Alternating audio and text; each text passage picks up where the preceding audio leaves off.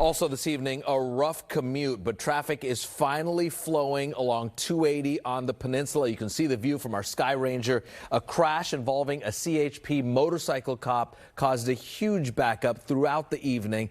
That motorcycle officer who was hit sustained major injuries, but thankfully not life-threatening. Let's bring in NBC Bay Area's Jocelyn Moran from the CHP station in Redwood City. Jocelyn, what's the latest? All right, Raj, those lanes are back open, but it was several hours before they were. I was one of many drivers stuck in that backup, and as the freeway turned into a parking lot, drivers were looking for other ways to get around, triggering similar slowdowns in other roads. A traffic nightmare on 280 South near the Alpine Road exit. Actually, I got stuck on the freeway twice today. One way going out on 280 South and one way coming back up. So there was a huge crash. Not sure what happened. Maybe a motorcycle I've seen on the side.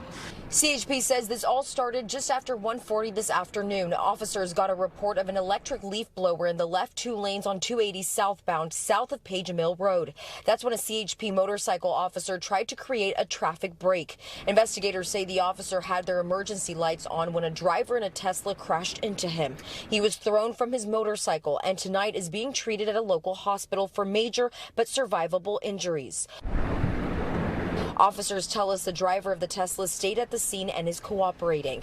The crash shut down multiple lanes, sparking a massive backup. For hours, the freeway looked more like a parking lot, and as drivers looked for alternate routes, it triggered similar slowdowns on nearby streets, a spreading gridlock that confused drivers who hadn't yet heard about the crash. Oh, it's completely unusual. Bonnie was on her way to pick up cupcakes at a local bakery. My husband said, he texted me, look out, there's this massive backup on 280. It's going to take a long time to get there. So it normally takes me 8 minutes to get to the bakery, but it was at 45 minutes because it was all backed up. By 8:30 p.m., all lanes were reopened. CHP is investigating, and part of that investigation will include trying to determine whether Tesla's autopilot feature was being used at the time of the crash. In Portola Valley, Jocelyn Moran, NBC Bay Area News.